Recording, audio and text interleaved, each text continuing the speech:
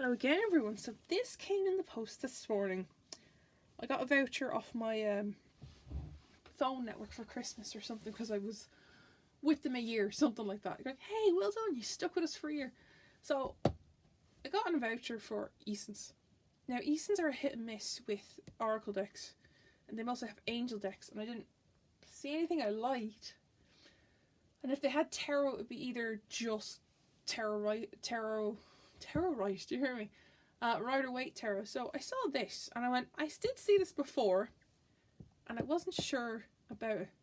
Now I have it, I'm still on the fence about it, but I'm not sure. It's a nice dark one. It's Dark Mirror by Laura Sava. Come on, Sava. And it's just so dark and creepy. It's really weird. There's the backing. It doesn't come with... Oh, it does come in a book. Sorry, it was just really at the back. Weird. It's fancy because it has a ribbon. I always say it's fancy because there's a ribbon in the box. So the book, it came... I don't know why I thought it didn't come with a book. It was weird. On each card there will be a moon phase. So each card has a moon phase on it, which is interesting. And it tells you why that moon phase is significant. And... like, you know, going dark. It's very interesting. It's a very dark, eerie deck, and the book is quite interesting. I only just got it this morning, so I'm gonna have a fiddle with it. This is what happens when I'm left with Black Friday and vouchers. Just don't leave me with vouchers. So I'm gonna do a flip through. Just do the backing here real quick. It's just like, it looks like a blood splatter or something. It's just eerie. It's like veins. Eerie. So they have a card number here. They have the little phrase down here. I'm gonna turn it so you can see it there. We have the moon face here, but it's the frame of the card is so weird.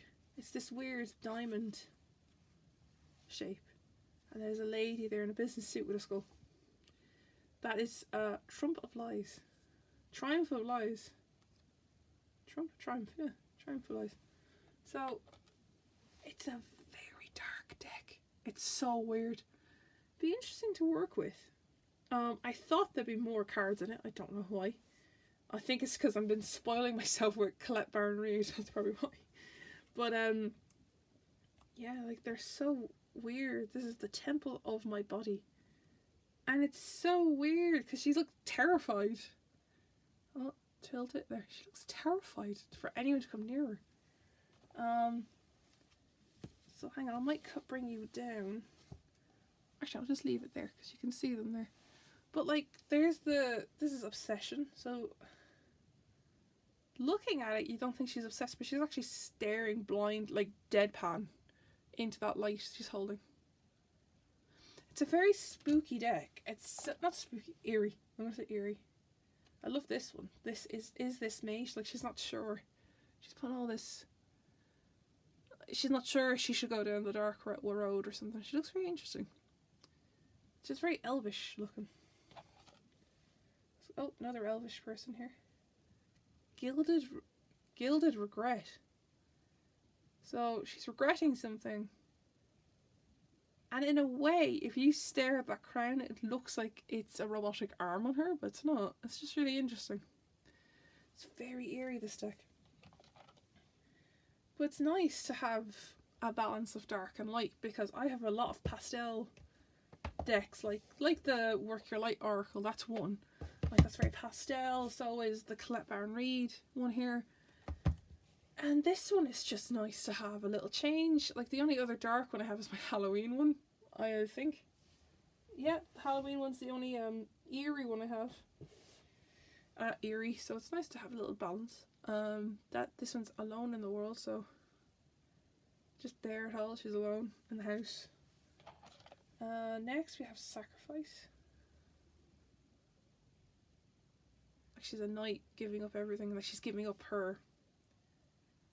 That's amazing, just how the light is just shining on her face. It's interesting, this whole deck. I will do a quick draw at the end, and we'll see what we get. But the child I was meant to be. This looks like a very good inner child card, where you would like if you drew this, you need to work on your inner child. That's a nice, it's so nice seeing like this dark background and then bam, colours, just yellow and purple is so nice. Then we have, oh god, envious gluttony. This looks very cannibalistic. Do you see what I mean? Goes from really nice to really dark and creepy. Like he's wearing a skull of a wolf or something on his head, or she. No, she actually is wearing the jaw. If you actually look at her necklace, it's the jaw of the creature or whatever it is. And it tells you the moon phase, so it kind of makes sense as well. This would probably go really well with my Queen of the Moon deck, I think. Or any moon kind of phase deck. Colourless Angel. So blank staring. Look at it, he's just, oh. It's very morbid, this deck. Like addiction. Addicted. Like he looks like he's addicted to the pain, or there's a little bit of light there on his hand, so I thought it was a cigarette. And the pain, each time he does his addiction, this spike will grow or hurt him or something. It's very cool. I don't know. It's an interesting deck. I'm just kind of on the fence about it still. Artificial Heart. Ooh, she's actually a robot. The more you stare at her, the more you see like mechanics and lights and wires. Yeah, there's wires coming out of her eyes actually. So artificial heart. So there's no moon on that one. That's just no moon. Blinded by pain. I thought they were spiders on her. They're actually flies.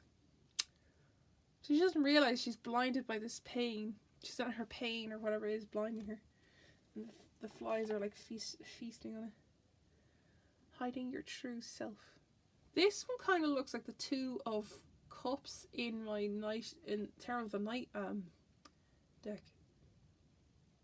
It's very cool. This would probably go well with the Terror of the Night as well. Masquerade. All dolled up and pretty for a party that she just looks like she doesn't want to go to. And then we have Black Flower Fragrance. This flower, this like black rose is coming out of her chest and it's overwhelming her. And there's thorns around her and it's like it's consuming her. It's a full moon card, so that's something to do with full moon. Then we have Forgetting Oneself. I only got this because it was on sale and it was the only one that interested me of all the decks that were online. And I went, sure, why not? I don't know how to feel. I still don't know how I feel about this deck. I have to use it a bit. It's interesting. He looks like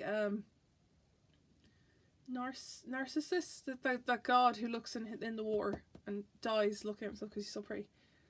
And looks like that. I don't know. He just looks like him. So with a masquerade mask. Naked Before the Stars. It's like sparing it all. It's interesting. I love it. I'm going to keep saying it's interesting because it is. The more you go into the cards, I find it the more cooler they get in a way. Parasite. And the more you look at that, oh, that's actually creepy. There's like some kind of Photoshop going on with this eye here, and it looks real creepy. And it's like this plant that's here. It's festering and it looks pretty, but it looks like it's festering on this person. Another no moon one. So we have Downcast Pride. So she looks like she's realising she's prideful and it's eating at her away, or she's lost a lot of people because of it. Oh my goodness. Bride in a Cage. It's her face that got me. Whoa. Bride in a Cage. Yeah, so this one could mean, I understand why she's a skeleton because, weddings are death till us part kind of thing, and that kind of whole like tradition thing that she can't escape her marriage, and even though she's allowed to, she can file for divorce if she wants to, or she's in it could be in abusive relationships or something like that. I don't know, it's just what that card looks like it means. Very creepy. I won't cry for you. Oh. So it's like if you had a bad relationship and they're like, you're going to go home and be so heartbroken about me, and you just don't cry.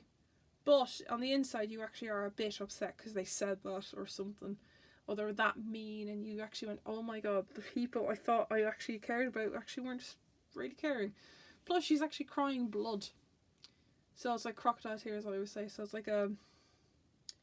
Or if you actually look at it, she's holding a little red vial. So it looks like she just probably squirted it in her eyes and made it look like she's crying blood. Revenge.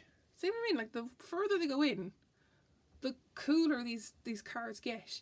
Or the more interesting the artwork is. Revenge. So she's like this wood dark angel, because it looks like her wings are the branches in the background. She's in this kind of pentagram spell casting stage. It's almost a full moon. I can't remember, is that gibbous or waxing? I can't remember.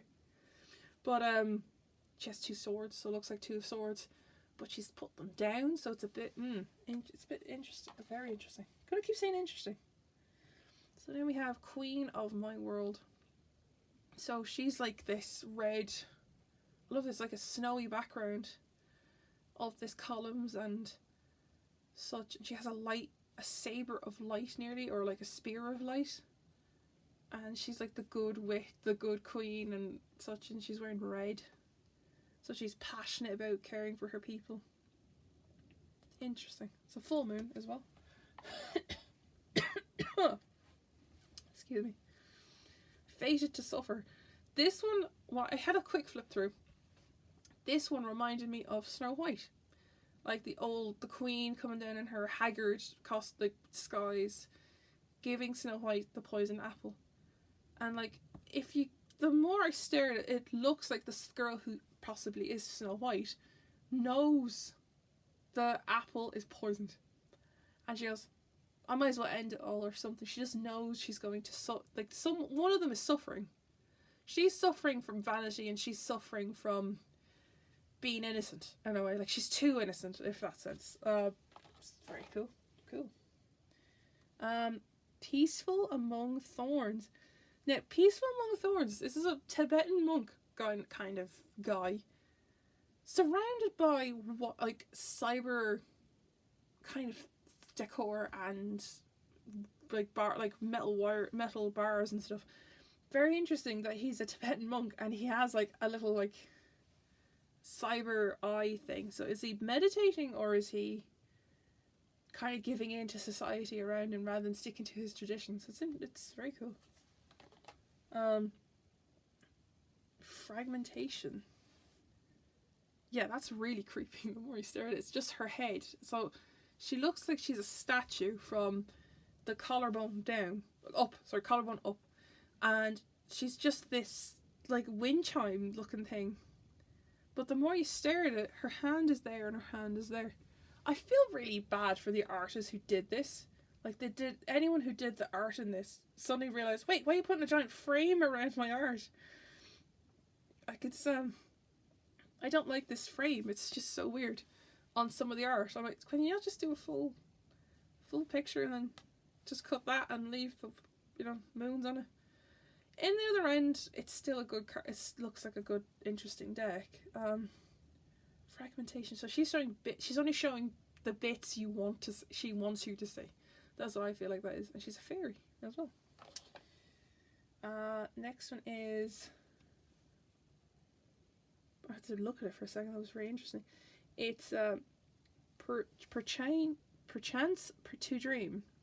So it looks like this guy. It's very homosexual, I find, looking at it. That's what I was looking at, going, wow, that actually does look it. It's like these two are lovers, and the king is dying, or he wants to give up this young guy here, and he just stabs him by the looks of it. Or it's a deception that his lover is actually like a demon, because it looks like these are horns or something coming out of his back. Very bizarre. Very bizarre. Now we have... This one confused me so much. Anger and Chains. And the more I stared at it, the more I could not see what that meant. Like there's a statue of a lion up here, there's an X. It just looks like a really weird graphic design student's poster. That's what I find that. I just thought that would be a bit more gruesome or something. Then we have Calling the Storm. It looks like she's a wolf kind of girl actually, or she has antlers anyway.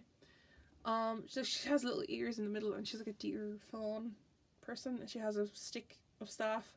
She has a stick. She has a staff. She's ready to control the wind. Like she looks like she's directing it towards her past or her enemies. Very cool. Then we have Atonement. That one's really cool. I like this one. This actually makes sense to the card and the name. Like she has all these knives in her back, or these swords. Like it looks like the Ten of Swords. But instead of being betrayed, she's like, oh, I've fucked up. Here's my karma. And she's ready for her karma kind of thing. She's ready for karma to hit. And the last one we have is Today for Tomorrow. So there's these twins standing on a roof or steps. Someone's pulled up the roots of a tree here. I don't know. It's very interesting. This deck is just very bizarre, and I have not a clue if I can connect with that. It's just, I don't have that kind of trauma in my life. I don't have that kind of dark trauma. Maybe it would work with someone who wants to, you know, develop and open up their old scars to work on it. Maybe that could work for them, but I don't know. I don't know about this deck. I don't know. I really don't. I'll leave that there. That's my card review and like first impressions of this deck. I have not a clue what this deck would be like. I'll leave it with me and see what happens, but I don't think I'll be connecting to it as much as I did with you know, the Wisdom Oracle or the Spirit one here. I connected with them the minute I opened them. Same with Tarot de la Nuit. I use them all the time. Same with Work Your Light. I connected with these ones very quickly. Whereas this one, I'm like on the fence going, oh, that has a weird taste in my mouth being here. Do you know what I mean? So I'll leave it there, and I'll see you all next time.